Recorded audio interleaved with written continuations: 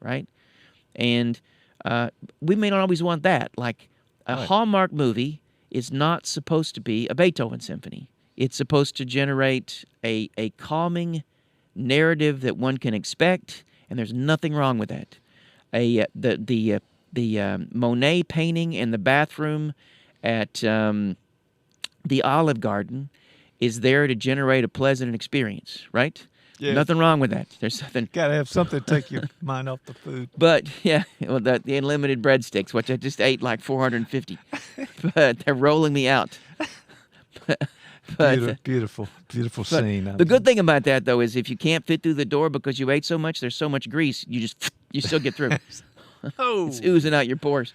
But I love it. I love it. But that same Monet painting, if you put it in a museum right. and you're in front of the real thing, it has the capacity for generating that emotional that emotional complexity. And so part of what we want to do in therapy is if, when the moment affords it, to be able to say, to allow people to create a space where they can be aware of their own complexity in a way that could inform future action, both to themselves or the people in their lives. And you want to create that space.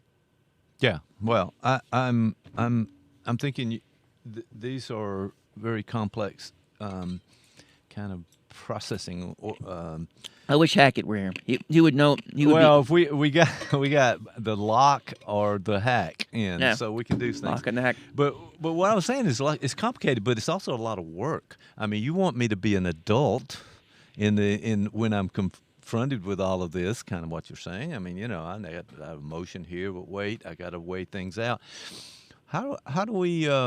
I mean, sometimes I'm not ready for all of that. I like the simple version where the pastoral symphony is a calming effect, and that's all the way throughout. Vaughan Williams, and so, no, I take it back, but because he's got a lot of tension there. All do.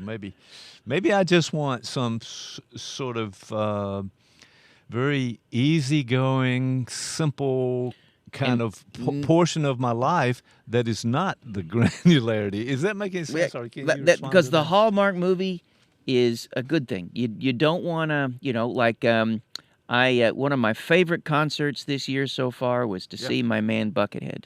Buckethead. And Buckethead does not generate emotional granularity. It is pure, over the top shredding.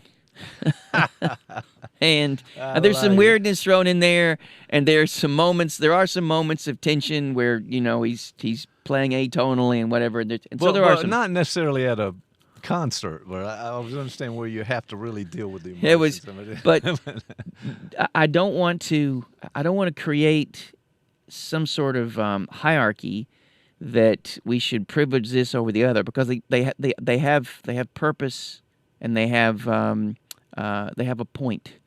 So you should be able to watch cartoons, as long as it's not South Park, because that's getting people in trouble. Or that's rolling pretty strong right now. That's on the airways. So. But you should have the capacity to be able to.